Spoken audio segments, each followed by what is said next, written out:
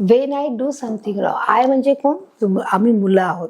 When I do something wrong, जर मी एखादी गोष्ट जर चुकीची करत आहे किंवा चुकीची झाली तर I am such a terror, मी काय आहे, उपद्रवी आहे. टेररचा अर्थ काय आहे, उपद्रवी. ते काय आहे, उपद्रवी. उपद्रवी म्हणजे कळतं की म्हणजे एखादं गोष्ट आहे की ते गोष्टी सतत म्हणजे एखादी ज्या गोष्टीच्या मागे लागणं किंवा एखाद्या गोष्टीला सतत आपण म्हणू शकतो उपद्रवीचा अर्थ की एखाद्याच्या घरी जाऊन एखाद्याला सतत त्रास देणं की एखाद्या गोष्टीची मागणी करणं किंवा मस्ती करणं किंवा जे कर्टन्स आहेत किंवा जे सोफा आहे त्याच्यावर उड्या मारणं, म्हणजे काय आहे की त्याला म्हणणार असं उपद्रवी, की एका ठिकाणी शांत न बसणं, सतत काही ना काही चुकीच्या गोष्टी करणं, चुकीचं बिहेव करणं, त्याला आपण काय बोलत आहोत, उपद्रवी. आणि म्हणून इथे तो मुलगा सांगत आहे, when I do something wrong, जेव्हा मी एखादी गोष्ट समजा चुकीची झाली माझ्याकडून तेव्हा I am such a terror, की मला खरंच बोललं जातं की हा मुलगा कसा आहे, उपद्रवी आहे, म्हणजे हा काय आहे, शांत न बसणार आहे, असं देखील इथे सांगितलं जातं. बघा इथे कशा पालकाद्वारे काय बोललं जातं, या मुलाला ओरडा इथे बसलेला आहे आणि म्हणून तो काय करतो, समजा एखादं खेळणं आहे त्याच्या हातातून तुटलं फुटलं की एखादी नवीन टॉईज आणलेलं आहे ते 2 दिवसात तुटून गेलं तर मग घरातले माणसं जे असतात ते काय करत असतात, ओरडत असतात आणि म्हणून त्याला बोलत असतात की तू किती उपद्रवी आहेस. आणि म्हणून तो बोलतो की I am such a terror, की मला काय बोललं जातं, खरंच उपद्रवी बोललं जातं. तर अशा प्रकारे ते ओरडा इथे त्याला बसलेला आहे. आता हीच गोष्ट मोठ्यांच्या बाबतीत झाली तर बघा इथे काय आहे, बघा, Wien you do something wrong it's a forgivable error. इथे काय सांगितलेलं आहे, when you do something wrong, जर तुम्ही एखादी गोष्ट जर चुकीची करत आहात तर इट्स अ फॉरगिवेबल एरर. एररचा अर्थ काय आहे, चुका आहे. जर तुम्ही एखादी गोष्ट जर चुकीची करत आहात तर त्याला काय म्हणणार, चुका. आणि रॉंग म्हणजे काय, रॉंगचे देखील वेगळे अर्थ होतात. रॉंग म्हणजे देखील काय आपण बोलू शकता, रॉंग म्हणजे वाईट आहे, रॉंग म्हणजे चूक आहे, राईट म्हणजे अयोग्य आहे. तर ज्याप्रमाणे त्याचं सेंटेन्स येणार आहे त्याप्रमाणे आपण त्याचा अर्थ घेणार आहे. इथे दिले वेन यू, यू म्हणजे कोण, यू म्हणजे यू ग्रोन अप, जी मोठी माणसं आहेत. When you do something wrong, जेव्हा तुम्ही एखादी गोष्ट चुकीची करता, इट्स अ फॉरगिवेबल एरर, ती क्षमा करण्यासारखी असते, ती चूक आहे ती क्षमा करण्यासारखी आहे. फॉरगिवेबल म्हणजे क्षमा करणे, फॉरगिव्ह म्हणजे काय, क्षमा करणे.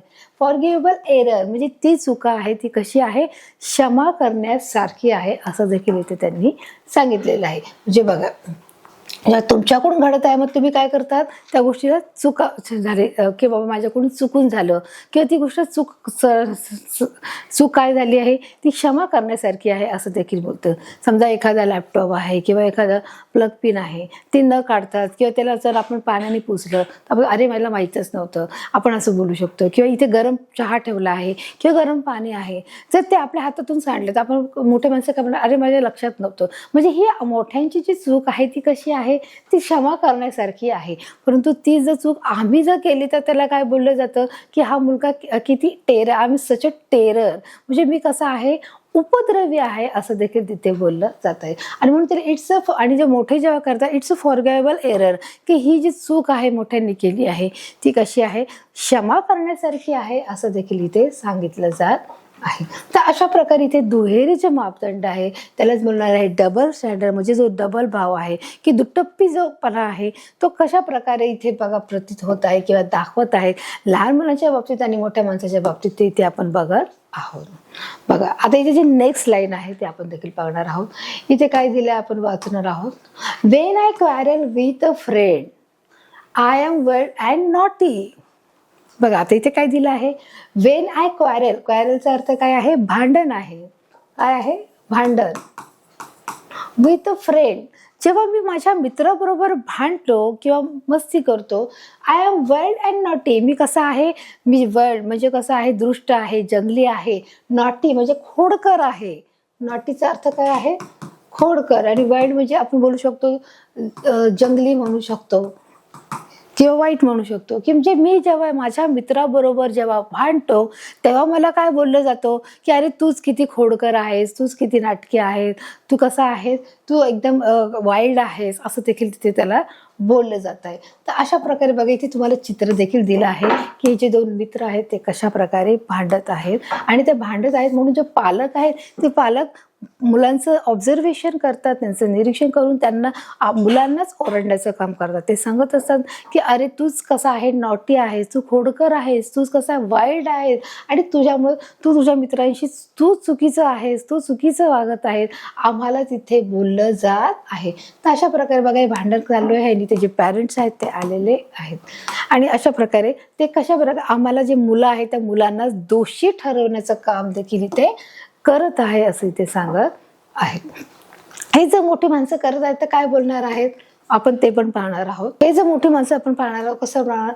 Wien you quarrel with a neighbour, when you quarrel with a neighbour you are only doing your duty.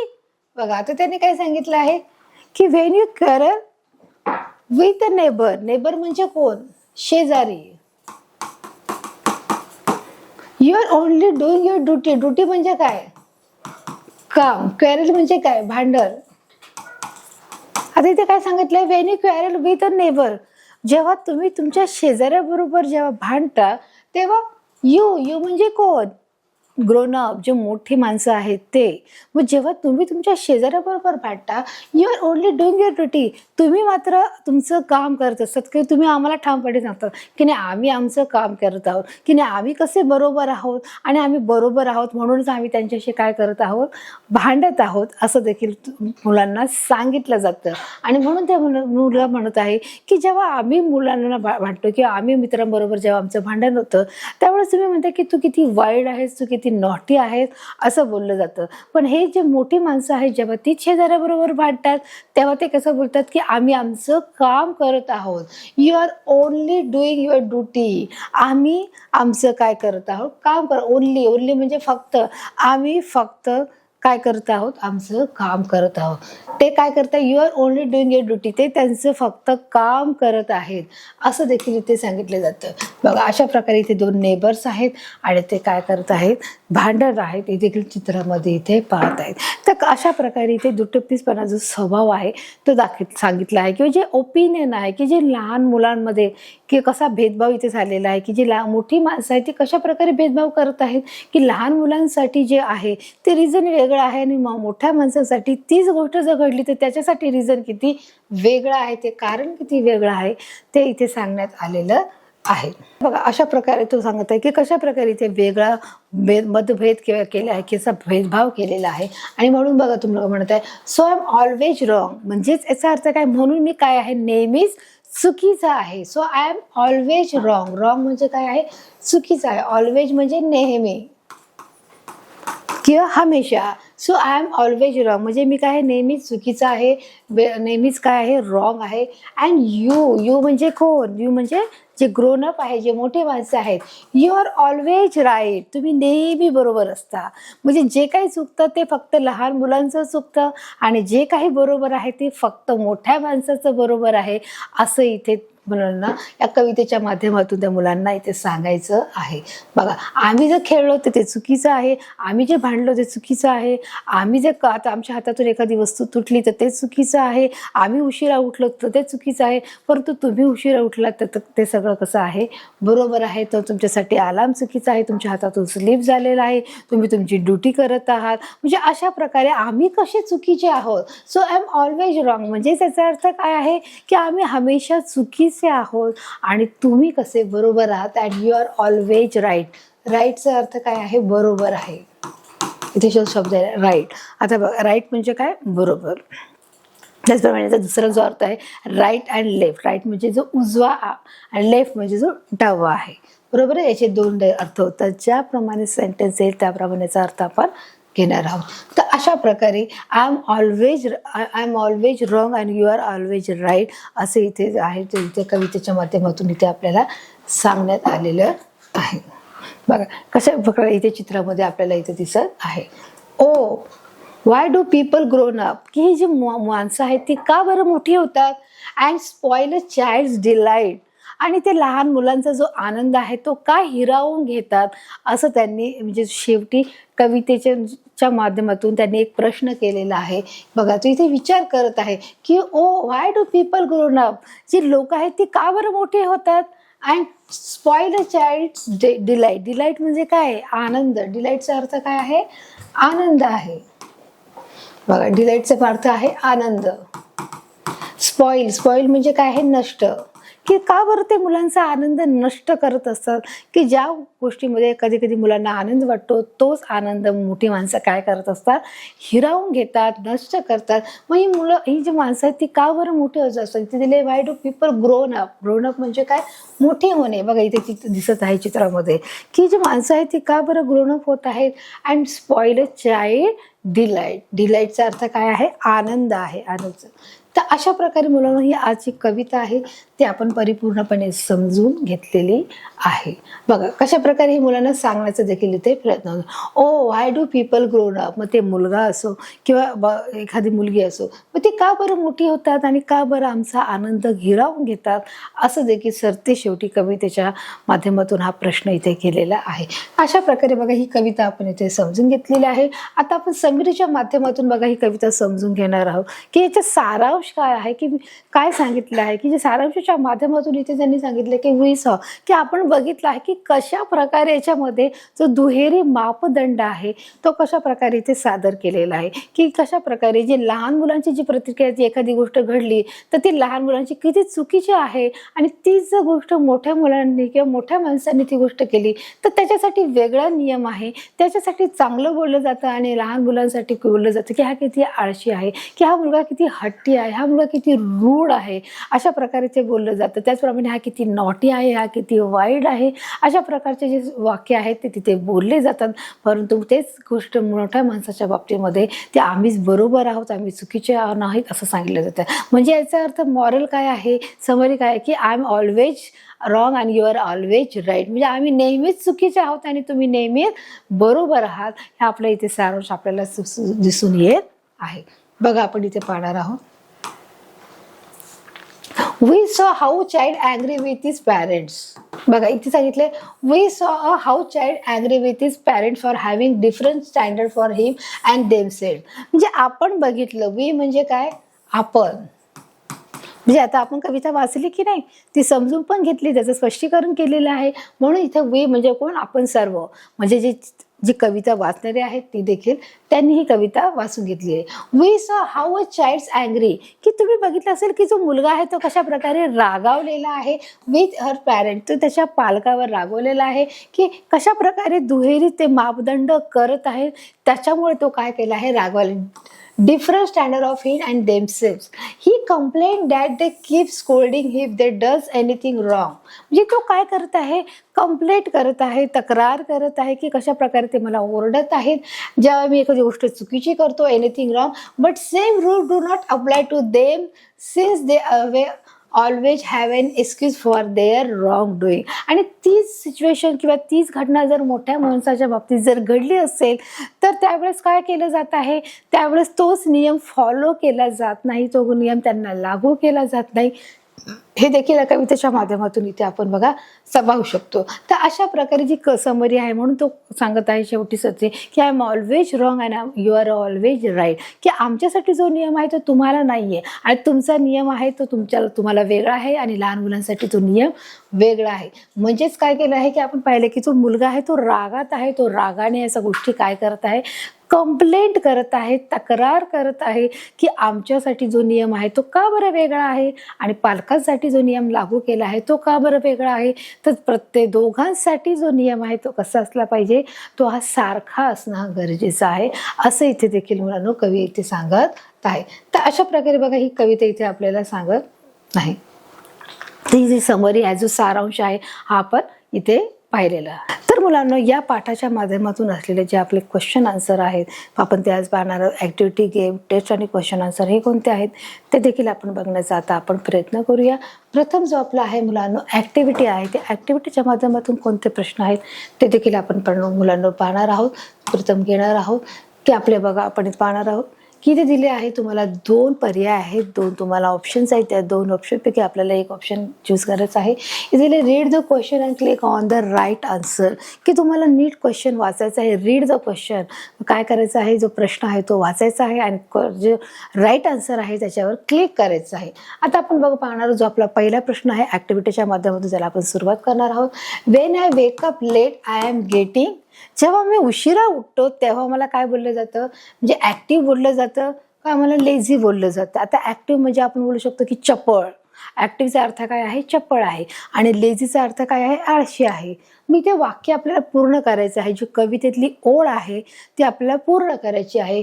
Wien I wake up late, जेव्हा मी उशिरा उठतो, आय एम गेटिंग, मग तेव्हा मला काय बोललं जातं की ऍक्टिव्ह आहे का लेझी आहे. राईट, आपला आन्सर काय आहे, लेझी आहे. आणि म्हणून आपण योग्य उत्तराचे काय करणार आहोत, क्लिक करणार आहोत.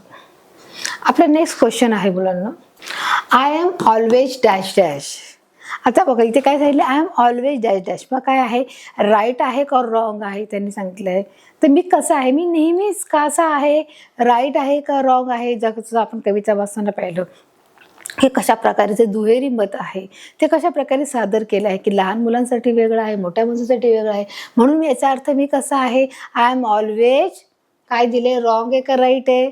तर आय एम ऑलवेज रॉंग हे आपलं करेक्ट आन्सर असणार आहे. आय एम ऑलवेज रॉंग हे आपलं करेक्ट आन्सर असणार आहे. म्हणून आपण योग्य उत्तर ते क्लिक केलेलं आहे.